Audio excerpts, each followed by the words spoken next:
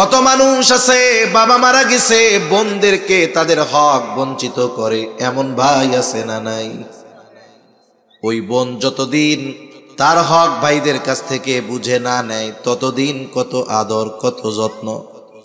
যখন বোন নিজের হক ভাইয়ের থেকে বুঝে নেয়, বলে সম্পদ তো নিলি না, সম্পর্কটা শেষ করে গেলি। আছে না এরকম?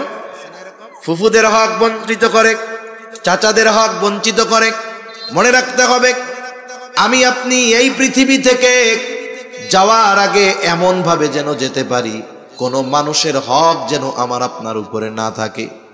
কিয়ামতের দিন শয়তানের ধোকায় পড়ে যদি আল্লাহর হক দুনিয়ায় নষ্ট করে থাকি, আল্লাহ তাআলা চাইলে হয়তো মাফ করে দিতে পারে, কিন্তু বান্দার হক বান্দা যতক্ষণ ক্ষমা না করবে ততক্ষণ পর্যন্ত আল্লাহ তাআলাও ক্ষমা করবে না। এজন্য নবীও দুনিয়া থেকে চলে যাওয়ার আগে, কয়েকদিন আগে সব সাহাবা একরামকে একত্রিত করছেন এবং বলছেন, তোমরা যদি কেউ কোনো কিছু আমার কাছে পাও না থাকো, চেয়ে নাও, কারণ আমি চাই না আমার কাছে কেউ কিছু পাও না থাকবে আর এই অবস্থায় আমি আল্লাহর সামনে দাঁড়াবো। এজন্য আমাদের নিয়ত থাকবে, চিন্তা থাকবে এরকম যে দুনিয়ায় একটু কম খাই, দুনিয়ায় একটু লস হোক, কিন্তু আখেরাতে যেন লস না হয়। ঠিক কিনা বলেন? একজন পায়, তারে দুনিয়ায় একটু বেশি দিয়ে দিলাম, আমি একটু দুনিয়ায় কম পাইলাম, কিন্তু আখেরাতে অন্যটা খাইয়া দুনিয়ায় একটু, আখেরাতে যেন আমার সবকিছু হারাতে না হয়। এ চিন্তা যদি আমাদের থাকে তাহলে দেখবেন ত্যাগের চিন্তা ভাবনা থাকবে, একটু বেশি দিলেও গায়ে লাগবে না। কিন্তু এখন কি হয়, আমরা দেখি গ্রাম অঞ্চলে বিশেষ করে প্রতিবেশীর সাথে প্রতিবেশীর সামান্য 2 ইঞ্চি 3 ইঞ্চি জায়গা নিয়ে ঠেলা ঠেলি, মারামারি, ও কয় আমার ও কয় আমার, গেঞ্জাম, মামলা হামলা, আছে না নাই? আপনি 2 আঙ্গুল ছেড়া দেন না, দুনিয়ায় ছাড়লেন 2 আঙ্গুল, আশা করা যায় আল্লাহ তাআলা এই ছাড় দেওয়ার কারণে কিয়ামতে বড় বড় বিষয় থেকে আমাকে আপনাকে ছাড় দিবে। ঠিক কিনা বলেন? এজন্য বিশেষ করে ওয়ারিসি সম্পদ প্রকৃত হকদারদেরকে ফিরিয়ে দিব, দিয়ে দিব, ভক্ষণ করব না। ওয়াতুহিব্বুনাল মালা হুব্বান জাম্মা। 4 নম্বর কারণ আল্লাহ তাআলা বলেন পরিপূর্ণ অতিরিক্ত মালের মহব্বত, দুনিয়ার মহব্বত। নবীজিও বলেন হুব্বুদ দুনিয়া রাসু কুল্লি খাতিআহ, দুনিয়ার মহব্বত সকল গুনাহের মূল। বাস্তবতাও হলো এইটা, আপনি যত পাপ আছে, যত গুনাহ আছে, আমি আপনি যদি একটু চিন্তা করি, সব কিছুর পেছনে দেখা যাবে দুনিয়ার মহব্বত। একদিন এক গ্রাম্য সাহাবী নবীজির কাছে আসছে, নবীজি আরেকজনের সাথে কথা বলতেছে। আদব হলো যখন কেউ কারো সাথে কথা বলে, কথার মধ্যে কথা জিজ্ঞাসা না করা। গ্রামের মানুষ সহজ সরল বুঝে না। নবীজি ওই ব্যক্তির সাথে কথা বলতেছে, সে তাড়াহুড়ো করে নবীজির কাছে গিয়া বলে, ইয়া রাসূলুল্লাহি মাতাস সাআহ, হে আল্লাহর রাসূল, কিয়ামত কখন হবে? নবীজি কিছু বলেন না। লোকটা দাঁড়িয়ে আছে, অপেক্ষা করতেছে। ওই ব্যক্তির সাথে নবীজি কথা শেষ করবার পরে জিজ্ঞাসা করতেছেন, ওই লোকটা কোথায় যে আমাকে জিজ্ঞাসা করলো কিয়ামত কখন হবে? এবার লোকটা বলে, ইয়া রাসূলুল্লাহ, আমি জিজ্ঞাসা করেছি, কিন্তু এই জিজ্ঞাসার মধ্যে তার উদ্দেশ্যটা ভিন্ন মনে হচ্ছিল। এই জন্য নবীজিও তাকে পাল্টা প্রশ্ন করলেন, মা আ'দাত্তা লাহা, তুমি কিয়ামতের জন্য কি পাথেয় সংগ্রহ করছো? কারণ তার প্রশ্নের মধ্যে ভাব মনে হচ্ছিল এরকম যে সে কিয়ামতের জন্য রেডি, কিন্তু কিয়ামত আসে না। এই জন্য জিজ্ঞাসা করতেছে যে কিয়ামত কখন আসবে। একটা হলো নবীজি তো উম্মতের রুহানি ডাক্তার, ওই ব্যক্তি প্রশ্ন যাই করুক উদ্দেশ্য কি এটা উনি অনুধাবন করতে পারছেন। এই জন্য তাকে পাল্টা প্রশ্ন করছে যে তুমি কিয়ামতের জন্য কি পাথেয় সংগ্রহ করছো, কিয়ামত কখন হবে জিজ্ঞাসা করতেছো। আর যদি তার উদ্দেশ্য হইতো কিয়ামত কখন হবে এই খবর জানা, তাহলে হয়তো নবীজি বলতেন, কিয়ামতের আলামত গুলা বইলা দিতেন, ওই সময়ের পরে কিয়ামত হবে, এই সেই। কিন্তু নবীজি তারে পাল্টা প্রশ্ন করেছে, মা আ'দাত্তা লাহা। এখন লোকটা জবাবে কি বলে? বলে, আমি আল্লাহ এবং তার রাসূলকে ভালোবাসি। নবীজি জবাব দিলেন, আল মারউ মা'a মান আহাব্বা, লোকটা এবার এই জবাব শুনে বাড়ির দিকে হাঁটা দিল যে যে যাকে মোহাব্বত করে তার সাথে অবস্থান করবে। প্রশ্ন করছিল কি? বলে কিয়ামত কখন হবে? জবাব শেষমেশ হইল কি? বলে যে যাকে মোহাব্বত করে তার সাথে অবস্থান করবে। আসলে ওই গ্রাম্য সাহাবী কিয়ামত কখন হবে মূলত এটা জানতে চায় নাই। তার উদ্দেশ্য ছিল কিয়ামতে জান্নাতে যখন যাব কোথায় আমি থাকব। যদি সে তার মূল প্রশ্নের মানে যেটা উদ্দেশ্য জবাব না পাইতো, সে আরো প্রশ্ন করত। তার মানে বোঝা গেল তার জানা উদ্দেশ্য ছিল যে আমি তো আপনারে ভালোবাসি, মারা তো যাব, কিয়ামত তো হবে, তাহলে অবস্থা কি হবে? নবীজিও জানায় দিছেন যে যারে ভালোবাসে তার সাথে অবস্থান করবে। লোকটা বাড়ির দিকে হাঁটা দিছে, আর কিছু বলে না। হযরত আনাস রাদিয়াল্লাহু তাআলা আনহু বলেন, নবীজির মুখে যখন শুনলাম আল মারউ মাআ মান আহাব্বা, যে যাকে মোহাব্বত করে তার সাথে অবস্থান করবে, তিনি বলেন ঈমান আনার পরে এই কথা শুনে আমরা এতটা খুশি হয়েছি, আর কোন কথা শুনে এত খুশি আমরা হই নাই। তাহলে নবীর সাথে জান্নাতে থাকার খবর শুনে সাহাবায়ে কেরাম ইসলাম গ্রহণের পরে এই খবরটাকে সবচাইতে আনন্দের খবর মনে করছেন। সেই সুযোগ আমাদের জন্য আছে না নাই? জোরে বলেন, আছে না নাই? এজন্য মাদ্রাসায় এতিম হোক, আমার আপনার পাড়া প্রতিবেশী হোক, আমি আপনি চেষ্টা করব কমপক্ষে তার নির্দিষ্ট একটা চাহিদা বা একটা প্রয়োজন পূরণ করে ওই বিষয়ের অভিভাবকত্ব গ্রহণ করার চেষ্টা করব। এতে আরো লাভ আছে, এতে আরো লাভ আছে। রাসূলুল্লাহ সাল্লাল্লাহু আলাইহি ওয়াসাল্লাম বলেন, আপনি একজন অভাবী তার প্রয়োজন পূরণ করবেন, আল্লাহ রাসূল বলেন আল্লাহ তাআলা তাইলে আমাদের দুনিয়া আখিরাতের প্রয়োজন মিটায়া দিবে। সুবহানাল্লাহ। তাহলে ইয়তীমের সাথে সদাচরণ, ভালো ব্যবহার, ইয়তীমের অভিভাবকত্ব গ্রহণ করা, আবার যদি কারো অধীনে কোনো ইয়তীম থাকে তার সাথে খারাপ আচরণ না করা। মনে করেন ভাই মারা গেছে, ভাতিজা আপনার অধীনে আছে, বোন মারা গেছে, ভাইগনা ভাইগনি আপনার অধীনে আছে, খবরদার ঘরে যদি ইয়তীম থাকে সদাচরণ করা দরকার। কারণ নবীজি বলেন ওই ঘর কতই না উত্তম ঘর যেই ঘরে একজন ইয়তীম আছে আর তার সাথে সদাচরণ করা হয়। আর ওই ঘর কতই না নিকৃষ্ট ঘর যেই ঘরে একজন ইয়তীম আছে আর তার সাথে অসদাচরণ করা হয়, খারাপ ব্যবহার করা হয়। বুজুর্গানে দিন বলেন যেই ঘরে ইয়তীম আর তার সাথে ভালো ব্যবহার করা হয় ওই ঘর আল্লাহ তাআলা রহমত বরকত দিয়ে ভরপুর করে দেয়। আবার যেই ঘরে ইয়তীম তার সাথে অসদাচরণ করা হয় আল্লাহ তাআলা ওই ঘর থেকে রহমত বরকত উঠায় নিয়ে যায়। এই জন্য একটা ইয়তীম বাচ্চা সে যখন পিতা হারা মাতা হারা হয়ে যায় সে অনেক ভালো খাবারের প্রত্যাশী হয় না, সে ভালো আচরণের প্রত্যাশী হয়।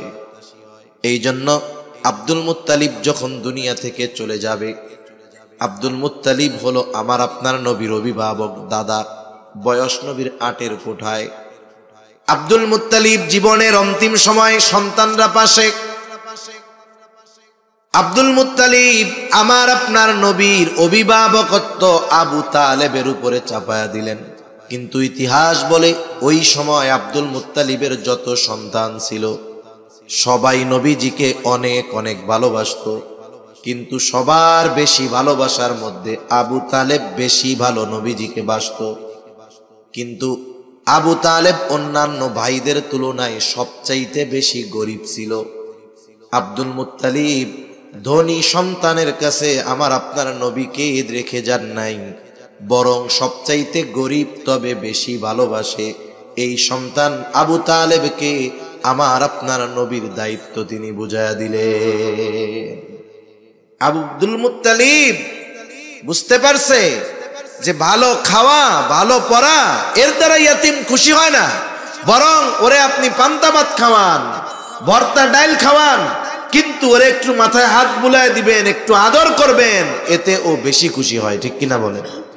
এজন্য আব্দুল মুত্তালিবের অন্যান্য ধনী সন্তানদের কাছে আমার আপনার নবীকে আব্দুল মুত্তালিব দিয়া যায় নাই। বিষয়টা এমন না যে অন্যান্য চাচারা ভালোবাসতো না, তারাও সর্বোচ্চ ভালোবাসতো, কিন্তু সবার চাইতে বেশি আব্দুল মুত্তালিবের সন্তান আবু তালেব আমার আপনার নবীরে বেশি ভালোবাসতো, কিন্তু গরিব বেশি আবু তালেব। আর মরার সময় ওসিয়ত করেছে আব্দুল মুত্তালিব তুমি এখন থেকে মুহাম্মাদের অভিভাবক। সুবহানাল্লাহ। এজন্য ঘরে যদি এতিম থাকে, আত্মীয় স্বজন হতে পারে, অনাত্মীয় হতে পারে, ইতিম যদি থাকে আমরা তাদের সাথে ভালো আচরণ করলে তাদের যত লাভ তার চাইতে আমাদের বেশি লাভ, ঠিক কিনা বলেন? আবার অনেক মানুষ আছে ইতিমের অভিভাবক।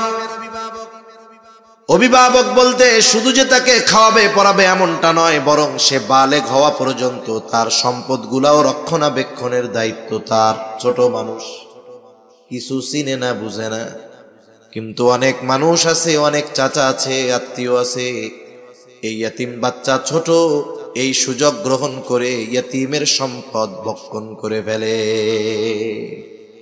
আছে না এরকম আল্লাহর ওলি? অনেক আছে। ভাই মরছে, বেজার হওয়ার চাইতে খুশি বেশি হয়েছে। চিন্তা করে একবারে সেনবাগ চৌরাস্তার মোড়ে আমার বাপের জমি যেটা 3 শতক 4 শতক, আমরা ভাই 2টা, ওই ভাই বাইসা থাকলে তো তোমাকে 2 ভাগ হইতো, 2 শতক কইরা হয়ে যাইতো, বাড়ি টাড়ি করা যাইতো না। এখন ভালোই হইছে, বাতিজারে বুস্টুস দিয়া অন্য জায়গা থেকে একটু জমি দিয়ে 4 শতকে সুন্দর করে 7 তলা ফাউন্ডেশন দিয়ে বাড়ি উঠাবো, 2 তলায় মার্কেট হবে, আর 5 তলা ভাড়া দিয়ে বসে বসে আমিও খাবো, আমার বাচ্চারাও খাবে। এরকম লোক আছে না নাই? ও চিন্তা করতেছে এই সম্পদ দ্বারা আমার অগ্রগতি উন্নতি হবে। স্বাভাবিকভাবে অন্য মানুষের হক মেরে খাওয়া এটা জঘন্য পাপ, আল্লাহ তাআলা মানা করছে। আল্লাহ বলেন ওয়ালা তাকুলু আমওয়ালাকুম বাইনাকুম বিল বাতিল, অন্যায়ভাবে তোমরা কারো সম্পদ ভক্ষণ করো না। অনেক সময় আমাদের অঞ্চলগুলোতেও হয়, অনেকে বিভিন্ন সিস্টেমে অন্যের জমির মধ্যে দখল দেয়। এই যে কাজগুলো করে এটা বড় অন্যায়। হাদিসের মধ্যে আসছে, নবীজি বলেন দুনিয়াতে কেউ যদি অন্যায়ভাবে কারো 1 বিঘত জমিন অন্যায়ভাবে দখল দেয়, কিয়ামতের দিন আল্লাহ রাব্বুল আলামিন তার গলায় 7 তবক জমিন পেঁচায়া দিবে। এজন্য সাধারণভাবে কারো হক আমরা মাইরা খাবো না, সে যে হয় হোক।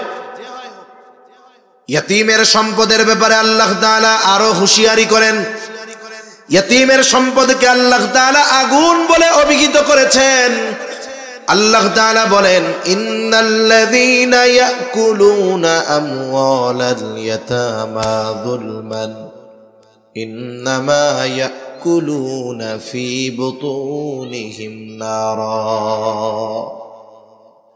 আল্লাহ রাব্বুল আলামিন বলেন নিশ্চয়ই যারা অন্যায়ভাবে ইতিমের সম্পদ ভক্ষণ করে, ইন্নামা ইয়াকুলুনা ফি বুতুনিহিম নারা, তারা কেমন যেন আগুন দ্বারা তাদের পেট ভরপুর করে।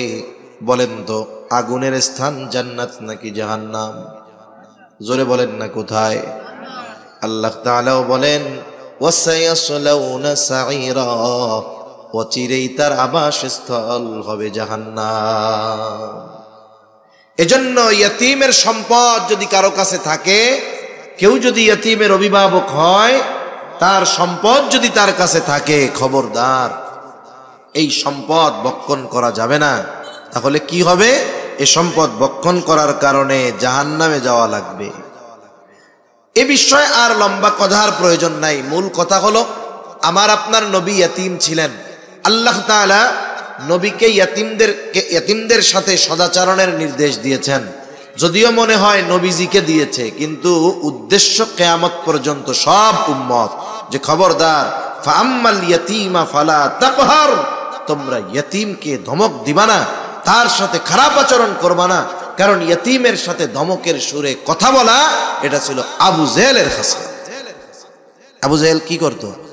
আবু জেহেলের খাসলাত আসছে তাফসীরের মধ্যে, যে যখন কোনো সম্পদশালী ব্যক্তি একেবারে জীবনটা সংকটময় অবস্থায় পৌঁছায়া যাইত, এখন তার সম্পদ আছে, নাবালক বাচ্চা আছে, কিন্তু এগুলো দেখার মতো কোনো লোক তার নেই। এই ধরনের লোকের কাছে আবু জেহেল যাইত, যে বলতো ভাই রে তুমি তো মনে হয় বেশি দিন আর বাঁচবা না, বাপসাপ তো ভালো না, তুমি মরার পরে তোমার সম্পদের কি হবে, সন্তানের কি হবে, এগুলো তো মানুষে খাবে, তোমার সন্তান সম্পদ বঞ্চিত হবে। এক কাম করো, সবার সামনে তুমি মারা যাওয়ার পরে তোমার এই সন্তান সম্পদের অভিভাবক হিসাবে আমারে ঘোষণা করে দিয়ে যাও, ওসিয়ত করে দিয়ে যাও। লোকটা চিন্তা করে, কথা তো ঠিক, আবু জেহেল যদি আমার সম্পদ সন্তানের দায়িত্ব নেয়, তাইলে অন্যান্য যে শেষরা বাটপার মাটপার আছে ওরা তো দ্বারের কাছেও ঘেসবে না, ঠিক কিনা বলেন? এক মুরব্বী কয়, টাকা নিরাপদে রাখতে চাও, সবার সামনে এলাকার সবচাইতে বড় ডাকাতের কাছে টাকাটা জমা রাখবা। সবার সামনে যদি রাখো, দেখবা ও এমন বুজুর্গি দেখাবে, জীবন দিয়ে তোমার সম্পদের হেফাজত করবে, সবার সামনে দিবা। তাহলে ওই লোক চিন্তা করে, আবু জেহেলের কাছে যদি রাখা হয় তাইলে অন্যান্য গুলা তো আর তাকানোরই সাহস পাবে না, দখল তো বহুদূর। এবার সবার সামনে বলতে, আমি মারা যাওয়ার পর আমার সন্তান সম্পদের সব দায়িত্ব আবু জেহেলের। এবার লোক তো মরে গেছে, ছোট বাচ্চাটা, তার সম্পদ আবু জেহেলের কাছে, সে চাইলে ঠিক মতো দেয় তো না। আবার যখন বড় হয়ে গেছে, প্রাপ্তবয়স্ক, এবার বলে আমার সম্পদ আমারে বুঝাইয়া দেন। এইবার কি করত? সম্পদ বঞ্চিত করত, খারাপ আচরণ করত, কাছে গেলে ঘাট ধাক্কা দিয়া বাইর করে দিত। তার মানে এই যে ইয়তিমের সম্পদ ভক্ষণ করা, ইয়তিমের সাথে অসৎ আচরণ করা, এটা কোনো মুমিনের আলামত নয়, মুমিনের আচরণ নয়, এটা আবু জেহেলের আচরণ, ঠিক কিনা বলেন? এজন্য আমরা ইয়তিমদের সাথে ভালো ব্যবহার করব। আমরা অনেক সময় গরিব হইলে ইয়তিম মানুষ, পোলাপান বাপ মা বাইসা আছে, দুইজনে মিলা মেহনত করে মানুষ বানাইতে পারে না, দুষ্টু হয়ে যায়। আর ওর বাপও নাই মাও নাই, ও একটু চঞ্চল দুষ্টু হতে পারে। এই কারণে অনেক সময় আমরা তাদের জন্য কষ্টদায়ক শব্দ ব্যবহার করি। এ ধরনের কোনো কথা বলবো না যাতে একটা ইয়তিম কষ্ট পায়। তাহলে আল্লাহ তাআলা 1 নাম্বার বললেন, তোমাদের রিজিক সংকীর্ণতার 1 নাম্বার কারণ তোমরা ইয়তিমকে সম্মান করো না, তার মানে ইয়তিমের হক আদায় করো না। 2 নাম্বার আল্লাহ তাআলা বলেন, ওয়ালা তাহাদ্দুনা আলা তুআমিল মিসকিন। আল্লাহ তাআলা এখানে বলতেছেন যে তোমরা মিসকিনদেরকে খানা প্রদানে উৎসাহ দাও না। এখানে দ্বিতীয় বিষয় উল্লেখ করার দ্বারা প্রথম বিষয় এর মধ্যে এমনিতেই পাওয়া যায়। মূল কথা কি? যে তোমরা নিজেরা ইয়তিমদেরকে, মিসকিনদের খানা দাও না, অপরকেও খানা প্রদানে উৎসাহ দাও না। এখন বলেন, যে নিজে খাওয়ায় না সে কি আরেকজনকে বলবে যে তুমি খাওয়াও? বলবে না, স্বাভাবিক বিষয়। তার মানে সে অপরকেও নিরুৎসাহিত করে, নিজেও আবার উৎসাহী না, খানা খাওয়ায় না মিসকিনদের, অথচ খানা খাওয়ানো এটা ফজিলতের কাজ। রাসূলুল্লাহ সাল্লাল্লাহু আলাইহি ওয়াসাল্লামের কাছে একজন লোক আসছে, এসে জিজ্ঞাসা করে, আইয়ুল ইসলামি খাইর, ইসলামের মধ্যে সর্বোত্তম আমল কোনটা, কাজ কোনটা? নবীজি উম্মতের রূহানি ডাক্তার। একই প্রশ্নের জবাব ব্যক্তি ভেদে নবী ভিন্ন রকম দিতেন। এই ব্যক্তির এই প্রশ্নের জবাবে নবীজি বলেন, তুতঈমুত তাআম ওয়া তাকরাউস সালাম আলা মান আরাফতা ওয়া মান লাম তারিফ। নবীজি বলেন, তুমি মানুষকে খানা খাওয়াও আর পরিচিত অপরিচিত সবাইকে সালাম দাও। এখানে খানা খাওয়ানোর কথা নবীজি বলছেন, কোনো স্তর বিন্যাস করেন নাই, এমনটা নবী বলেন নাই গরিবরেই খাওয়াবা, ধনীরে খাওয়াবা না। একজন গরিব অসহায়, সেও যদি আল্লাহ তাআলার সন্তুষ্টির জন্য একজন কোটিপতিকে খানা খাওয়ায়, তাহলে এই খানা খাওয়ানোরও ফজিলত আছে। এখন বলেন, যার খাবার প্রয়োজন নাই, অভুক্ত নয়, তাকে যদি আল্লাহর জন্য খানা খাওয়ানো হয়, সেখানে যদি সওয়াব থাকে, তাহলে যে অভুক্ত, খাবার যার প্রয়োজন, তাকে খাওয়াইলে সওয়াব বেশি না কম? নিঃসন্দেহে বেশি। এর দ্বারা 2টা কাজ হয় সাধারণভাবে। 1 নাম্বার কাজ হলো খানা খাওয়ানোর সওয়াব হয়। 2 নাম্বার, এই যে তার খাবারটা প্রয়োজন ছিল, প্রয়োজন মেটানো হয়। আর নবীজি সাল্লাল্লাহু আলাইহি ওয়াসাল্লাম বলেন, এক মুসলমান যদি অপর মুসলমানের প্রয়োজন মিটিয়ে দেয়, যে অপর মুসলমানের প্রয়োজন মিটিয়ে দিবে, আল্লাহ রাব্বুল আলামিন দুনিয়া আখিরাতে তার প্রয়োজন মিটায় দেয়। এই যে শীতের আগমন, শীত তো মুমিনের জন্য ইবাদতের বসন্ত, কারণ এই সময় রাত লম্বা, পরিপূর্ণ ঘুম হয়ে যায়, রাত 3টায় 4টায় ঘুম পরিপূর্ণ হয়ে যায়, আবার ফজর শুরু হয় সেই 5টার সময়। ইচ্ছা করলে নামাজি এই সময় তাহাজ্জুদ বেশি পড়তে পারে, অন্যান্য আমল করতে পারে, শীতের সময় দিন ছোট হওয়ায় রোজা রাখতে পারে। আবার এই শীতের আগমন যখন ঘটে, অনেকের আবার কষ্টের কারণ যদি তার শীত বস্ত্র না থাকে। আমরা আমাদের আশেপাশে খুঁজে খুঁজে দেখব কাদের শীতবস্ত্র নাই, শীতবস্ত্র নাই। আমরা তাদেরকে একটা জ্যাকেট কিনে দিলাম, একটা কম্বল কিনে দিলাম, 500-700 টাকায় ভালো মানের, মোটামুটি গরম লাগে, শীত নিবারণ হয় এরকম কম্বল পাওয়া যায়। কিনে দিলে দেখা গেল 2-3 জন পরিবারের মানুষ উপকার হলো। খাওয়ালে যেমন লাভ, বস্ত্র কিনে দিলেও লাভ। হাদিসের মধ্যে আসছে, নবীজি বলেন, কেউ যদি বস্ত্রহীন কোনো মুমিনকে বস্ত্র কিনে দেয়, তাহলে সে ওই যে বস্ত্র পরিধান করাইলো বস্ত্রহীনকে, কি হবে বলে, কিয়ামতের দিন আল্লাহ তাআলা তাকে জান্নাতের সবুজ পোশাক পরিধান করাইয়া দিবে। তাহলে আমরা বস্ত্রহীন যারা তাদের বস্ত্র দিব, অন্নহীন যারা মিসকিন তাদেরকে আমরা খানা খাওয়াবো।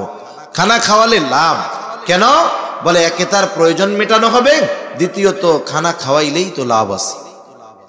আবার যদি এই মিসকিন অভুক্ত আমার আপনার প্রতিবেশী হয়, তাহলে খানা খাওয়ানোটা ঈমানের সাথে সম্পৃক্ত বিষয়। কারণ নবীজি সাল্লাল্লাহু আলাইহি ওয়াসাল্লাম বলেন, ওই ব্যক্তি মুমিন নয় যে নিজে পেট পুরে খায়, তার প্রতিবেশী অভুক্ত থাকে। এজন্য আমি আপনি ভালো মন্দ খাই, কিন্তু আমার আপনার প্রতিবেশীর দিকে খেয়াল করা দরকার। হাদিসের মধ্যে আসছে, নবীজি বলেন, তোমরা তোমাদের তরকারির মধ্যে ঝোলের পরিমাণ বাড়িয়ে দাও। কেন বলে, যাতে তোমরা তোমাদের প্রতিবেশীর খোঁজ খবর নিতে পারো। এই হৃদ্রতা, ভালোবাসা আমাদের মধ্যে দরকার।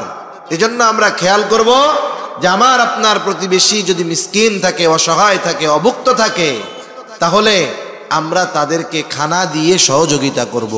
বস্ত্রহীন থাকলে তাদের জন্য বস্ত্রের ব্যবস্থা করে দিব, কাপড়ের ব্যবস্থা করে দিব। এখন বলেন, এখন যদি আমরা খানা খাওয়াই লাভ, তবে খানাটা খাওয়াইতে হবে দুনিয়ার স্বার্থে না, কার স্বার্থে? আল্লাহর স্বার্থে, আল্লাহর জন্য। অনেক সময় অনেকে প্রতিবেশী মিসকিন অসহায়দেরকে দেখে, খাবার দেয়, পোশাক দেয়। এখন একটা কাজ করার কথা বলছে যে আমার এই কাজটা কইরা দে। ও এখন বললো আমি পারবো না, ব্যস্ত আছি।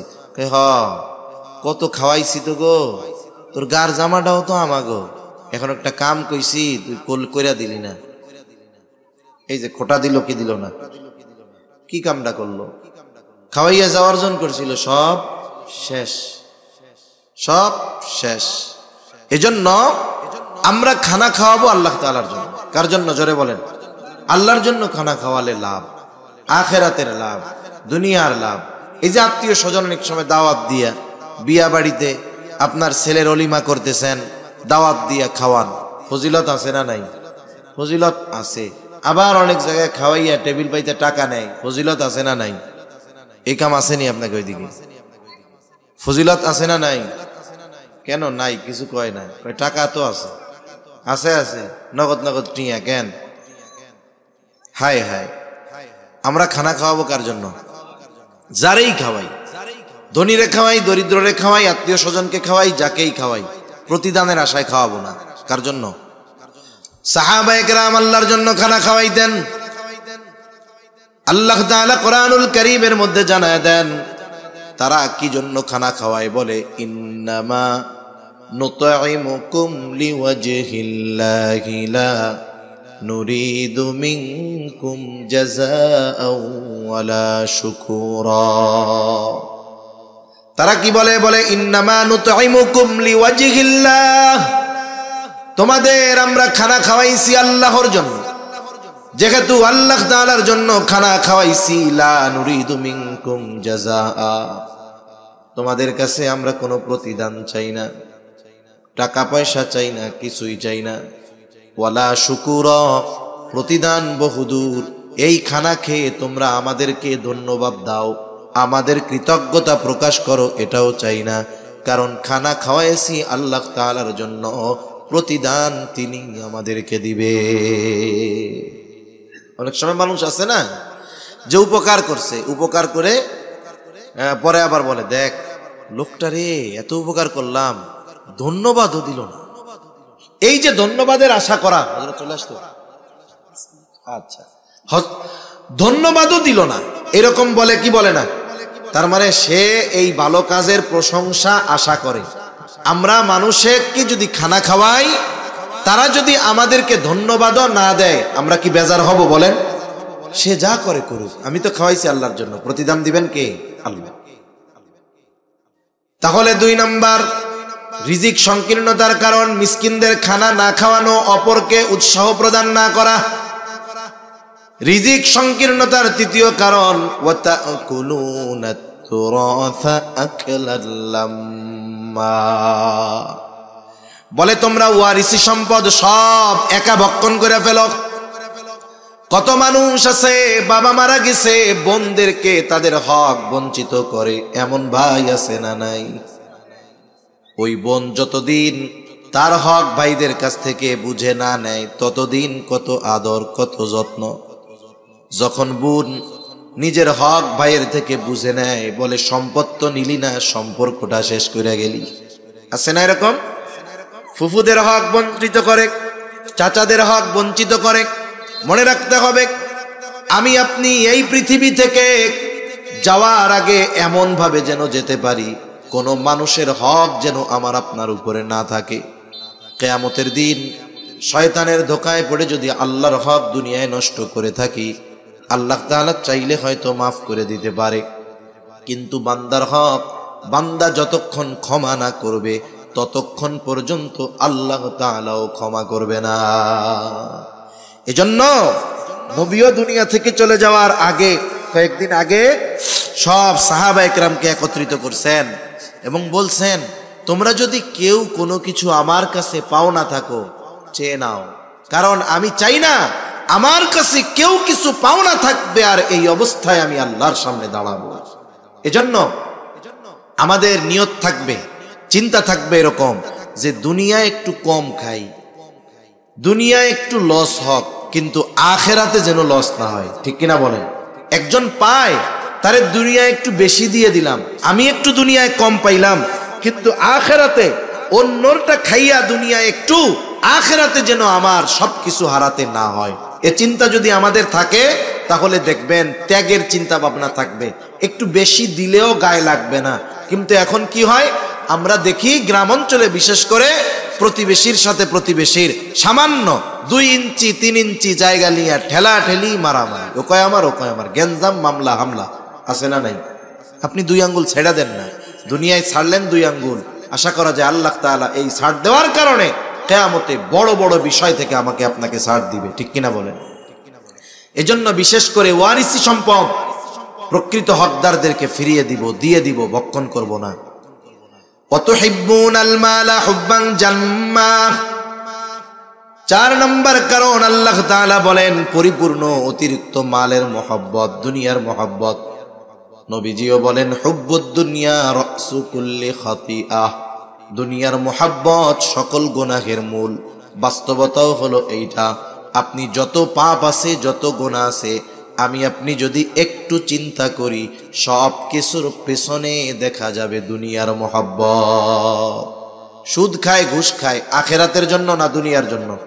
ক্ষমতার লাইগা মারামারি করে, আখেরাতের জন্য না দুনিয়ার জন্য?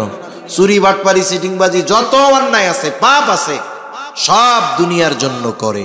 এজন্য যখনই দুনিয়ার মহব্বত, মালের মহব্বত অন্তরে পরিপূর্ণ বিস্তার লাভ করে, তখন ওই লোক সব ধরনের কাজ করতে পারে, ইয়াতিমদের সাথেও খারাপ আচরণ করতে পারে, ইয়াতিমের সম্পদও খেয়ে ফেলতে পারে, কিপটা হইতে হইতে মিসকিনদেরকে খানা নাও দিতে পারে, সাথে সাথে নিজের আত্মীয় স্বজন, বোন, চাচা, ভাই, তাদের সম্পদও সে ভক্ষণ করে ফেলতে পারে। কেন? বলে তার মধ্যে পরিপূর্ণ মালের মহব্বত বিস্তার লাভ করে ফেলেছে। দুনিয়ায় চলতে মাল দরকার, নৌকা চলতে পানি দরকার, দুনিয়ায় চলতে মাল দরকার। কিন্তু মালদার হন দিনদার মালদার, দিনদার মালদার, দিনকে ঠিক রেখে সম্পদের পাহাড় হয়ে যাক বৈধ পথে। এই সম্পদগুলো ভালো কাজে ব্যয় হোক, কোনো অসুবিধা নেই, কিন্তু মাল উপার্জন করতে গিয়ে যদি দিন বরবাদ করে দেওয়া হয়, তাহলে ওই যে নৌকা চলার জন্য পানি দরকার, ওই পানি যদি নৌকার মধ্যে ঢুকে, নৌকার অবস্থা কি হবে? নৌকা শেষ। মালের মোহাব্বত যদি ঢুকে যায়, মাল অর্জন করতে গিয়ে যদি দিন ছেড়ে দেওয়া হয়, তাহলে দুনিয়া আখিরাত বরবাদ হয়ে যাবে। তা সম্মানিত উপস্থিতি, যে কথাটা মূলত বলতে চাইলাম, আমরা সকলে চাই যে আমরা এই দুনিয়ায় যেন রিজিকের সংকীর্ণতার মুখোমুখি না হই।